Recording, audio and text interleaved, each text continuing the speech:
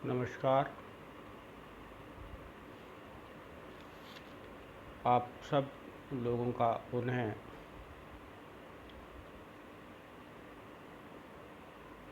राजकीय विधि महाविद्यालय बूंदी के यूट्यूब चैनल पर हार्दिक स्वागत और अभिनंदन। मैं देवेश पाठक, सहायक आचार्य, राजकीय विधि महाविद्यालय बूंदी,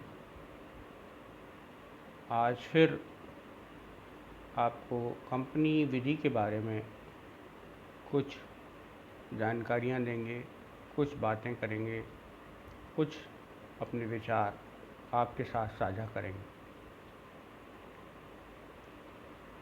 जैसा कि आप जानते हैं, कंपनी विधि में जो डायरेक्टर्स होते हैं कंपनी के, उनका अपना महत्वपूर्ण स्थान होता है। कंपनी के निदेशक कौन हैं, इनकी क्या स्थिति है, इनकी वैधानिक स्थितियां क्या हैं, इनका क्या रोल होता है कंपनी के संबंध में, इनकी क्या शक्तियां हैं और इनके क्या उत्तरदायित्व हैं,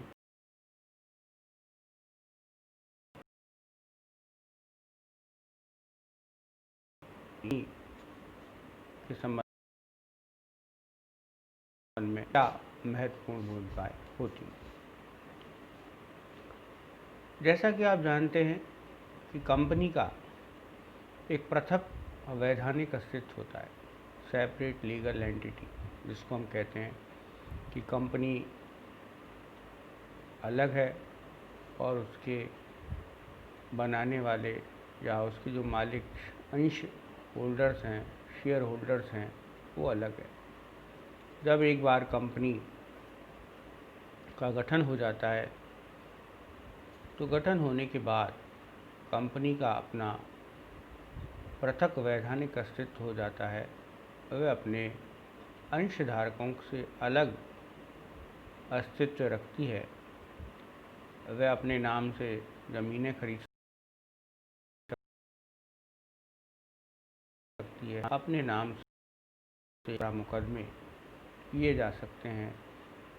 कंपनी के नाम से अन्य व्यक्ति कंपनी के ऊपर मुकदमा कर सकता है, क्योंकि कंपनी को वैधानिक दृष्टि से एक विधिक व्यक्ति माना गया है। जैसे हम लिविंग पर्सन हैं और लिविंग पर्सन के साथ साथ हम क्या हैं, हम एक वैधानिक व्यक्तित्व भी हैं। हम जीवित व्यक्तित्व भी हैं और वैधानिक व्यक्तित्व भी हैं।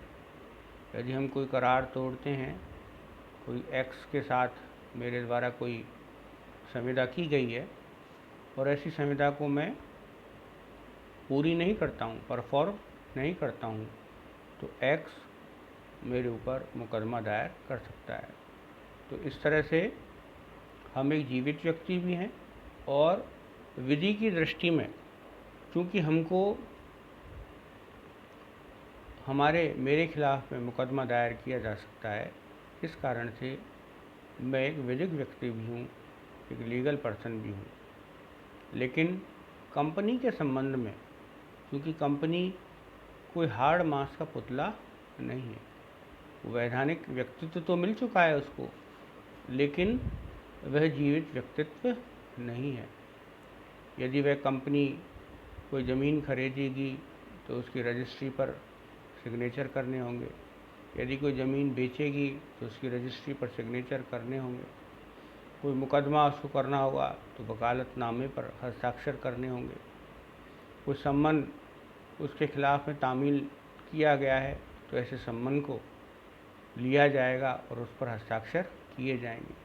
तो इन सब कामों के लिए, इन सब कार्यों के लिए एक कंपनी को विधिक व्यक्तित्व के साथ साथ एक ऐसा व्यक्ति की भी आवश्यकता होती है जो कि इन सब कार्यों को कर सके। ये सब कार्य कंपनी की दशा में कंपनी के निदेशकों के द्वारा किए जाते हैं, क्योंकि कंपनी का अपना कोई मन और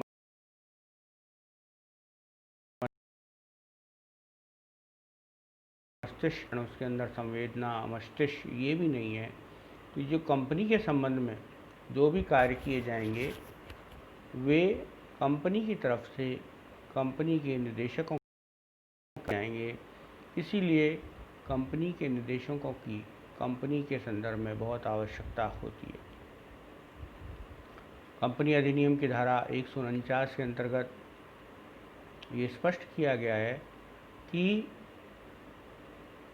जहां कंपनी सार्वजनिक कंपनी है वहां पर कम से कम 3 निदेशक उसमें होने चाहिए, और यदि कंपनी निजी कंपनी है तो ऐसी निजी कंपनी में कम से कम 2 निदेशकों का होना आवश्यक है, 2 डायरेक्टर्स का जो है होना नितांत आवश्यकता है।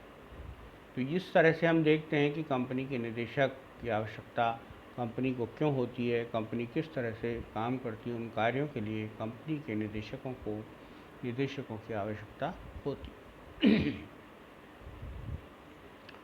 अब यदि हम आगे देखें तो इसमें हम पाएंगे कि कंपनी के निदेशकों की जो वैधानिक स्थिति है वो किस प्रकार से है। तो निदेशकों की स्थिति क्या है, तो निदेशक क्या होते हैं कंपनी में, इसके संदर्भ में हम ये कह सकते हैं कि निदेशक ऐसे व्यावसायिक व्यक्ति हैं जिन्हें कंपनी अपना कारोबार संभालने के लिए नियुक्त करती है, लेकिन फिर भी ये कंपनी के कर्मचारी नहीं होते हैं। कारोबार संभालते हैं कंपनी का, लेकिन फिर भी इनकी जो स्थिति है, इनकी जो वैधानिक स्थिति है वो कंपनी के कर्म से अलग है। कारोबार संभालने के बावजूद भी ये कंपनी के कर्मचारी नहीं है। किसी भी निदेशक को कंपनी का कर्मचारी नहीं माना जा सकता। वास्तव में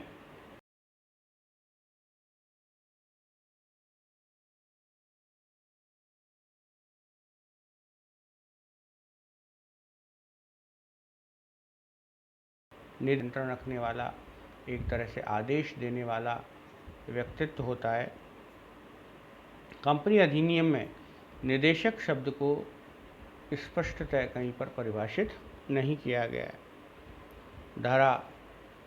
कंपनी अधिनियम की धारा 2 (34) की उपधारा में केवल इतना ही कहा गया है कि इसमें कोई ऐसा व्यक्ति अभिप्रेत है, इससे कोई ऐसा व्यक्ति अभिप्रेत है जो कि कंपनी के बोर्ड में नियुक्त किया गया है। अर्थात निदेशक कौन है, जो कंपनी के बोर्ड में जिसको नियुक्त किया गया है।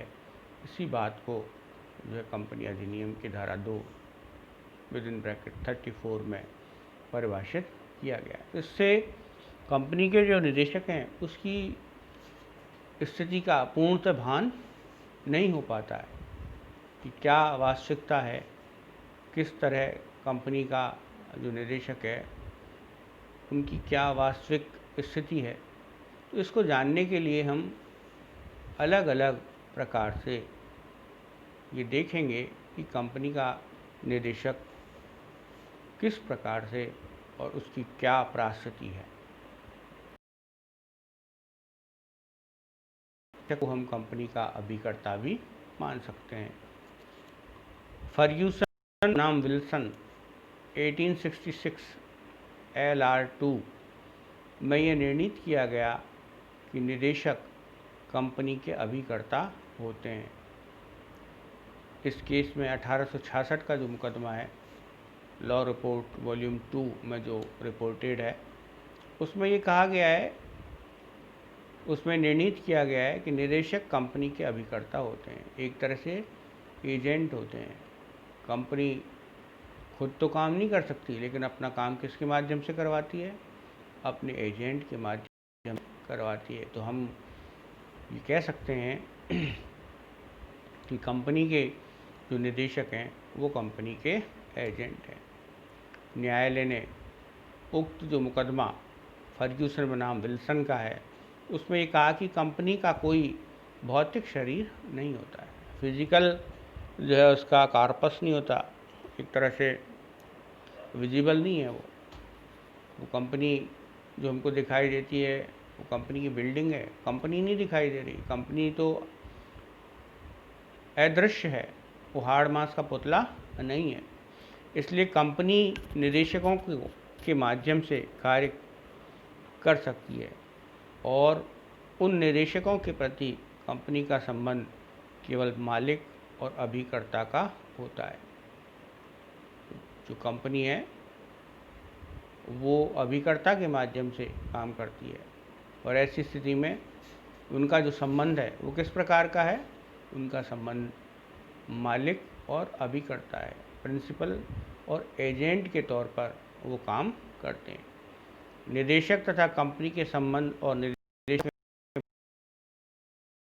मध्य व्यक्तियों के संबंध अभिकरण के सिद्धांतों के अध्याधीन होंगे। जो कॉन्ट्रैक्ट एक्ट है उसके तहत जो एजेंसी को परिभाषित किया गया है, तो एक तरह से वही नियम यहाँ पर लागू होते हैं और उन्हीं क्या है ये माना जा सकता है कि कंपनी के जो निदेशक हैं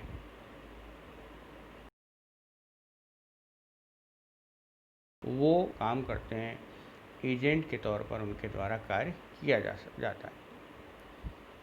दूसरी ओर देखें हम तो हम पाएंगे कि पुरातन काल से ही जो है कंपनी के निदेशकों पर मान्यता प्राप्त है। एक ट्रस्टी के तौर पर उनको मान्यता दी गई है। सही मायने में यदि देखा जाए, यदि कानून की भाषा को स्पष्टतः देखा जाए, तो जो ट्रस्ट अधिनियम है उस ट्रस्ट अधिनियम के जो नियम है वो कंपनी पर लागू नहीं होते हैं। एक तरह से ये थोपी हुए ही बातें हैं। वास्तविक रूप से तो निदेशक कंपनी के नहीं होते, लेकिन उनकी जो परिस्थिति है, उनकी जो स्थिति है वर्षों से जो चली आ रही है, उसके अनुसार जो निदेशक पर न्यासी के जो नियम हैं वो लागू किए जाते हैं।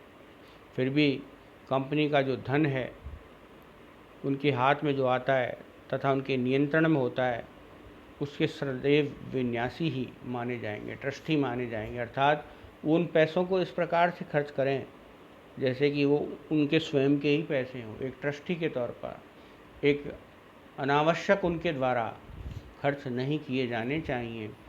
उनके द्वारा मितव्ययता से जो है कार्य किया जाना चाहिए। उन रकम के प्रति वे सदैव ही न्यासी माने जाते हैं और जब से कंपनियां बनी हैं तब से निदेशकों को कंपनी के धन के अनुचित प्रयोग के लिए न्यासियों की भांति ही उत्तरदायी ठहराया जाता रहा है। वो पूर्णतः उन पर लागू नहीं है न्यास का जो अधिनियम है, लेकिन जब से कंपनियां बनी हैं तब से ही उनका जो संबंध है वो किस प्रकार का है? उनका जो संबंध है वो एक न्यासी के तौर पर है और यदि उनके द्वारा कंपनी की रकम का फिजूल खर्ची की गई है, कंपनी की रकम को बर्बाद किया गया है, तो उसके लिए कंपनी को उत्तरदायी ठहराया जा सकता है। निदेशक कंपनी के प्रति न्यासी की हैसियत रखते हैं, व्यक्तिगत अंशधारकों के प्रति ही वो न्यासी है। व्यक्तिगत जो अंशधारक हैं उनके लिए वो न्यासी नहीं है। यह सिद्धांत पेरी रिवल बनाम राइट्स के मामले में प्रतिपादित किया गया था, जो कि अब भी सारभूत सिद्धांत के तौर पर कायम है। आज भी ये सिद्धांत कायम है कि जो कंपनी के जो निदेशक हैं वो ट्रस्टी की भांति काम करेंगे।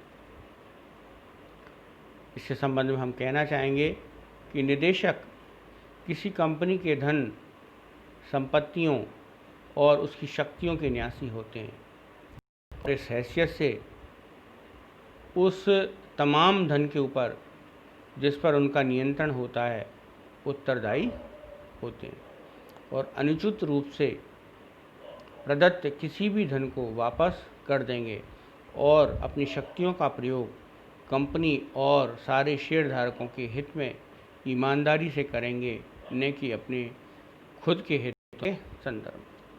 निदेशक के संबंध में बहुत अच्छी बात कही गई है कि धन, संपत्तियों और उनकी शक्तियों के न्यासी होते हैं। कंपनी का जो धन है, शक्तियाँ हैं, उसकी जो संपत्तियाँ हैं, क्या हैं, वो ट्रस्टी हैं। और इस हैसियत उस तमाम धन के ऊपर जिस पर उनका नियंत्रण होता है, वो उत्तरदायी होते हैं और अनुचित रूप से प्रदत्त किसी भी धन को वापस कर देंगे। यदि कोई धन उनको अनुचित रूप से यदि प्रदत्त किया गया है तो ऐसी स्थिति में उनको वो तुरंत ही वापस कर देंगे और अपनी शक्तियों का प्रयोग कंपनी और सारे शेयर धारकों के हित के लिए करेंगे।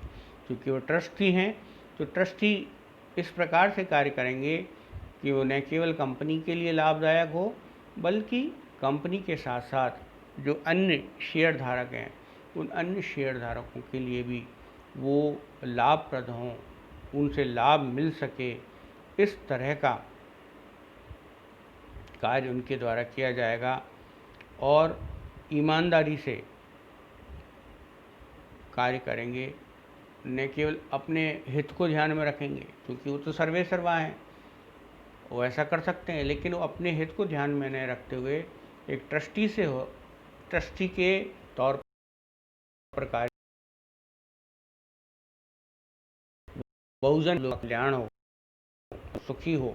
तो इसी प्रकार वो जो कंपनी के जो सदस्य हैं, जो शेयर होल्डर्स हैं, उन शेयर होल्डर्स का भी वो ध्यान रखेंगे और ट्रस्टी के तौर पर इस तरह का कार्य करेंगे, इस तरह का वातावरण तैयार करेंगे जिससे कि संपत्ति और उनकी शक्तियों के जो है न्यासी के तौर पर रह सकें और तमाम धन जिस पर उनका नियंत्रण है उसको सही तरीके से कार्य में ला सकें, सही तरीके से कार्य उसके माध्यम से कर सकें। ये वीडियो मैंने निदेशकों की विभिन्न स्थितियों के बारे में जो है आपको बतलाया है। इसका ही पार्ट 2 और जारी किया जाएगा, जिसमें कि निदेशक की न्यासी के रूप में तो पढ़ लिया हमने, निदेशकों की शक्तियाँ क्या हैं, निदेशकों की शक्तियों के संबंधित कानूनी उपबंध क्या हैं, शक्तियों पर किन परिस्थितियों में रोक लगाई जा सकती है, इन सब बातों का अध्ययन हम अगले वीडियो में करेंगे। धन्यवाद।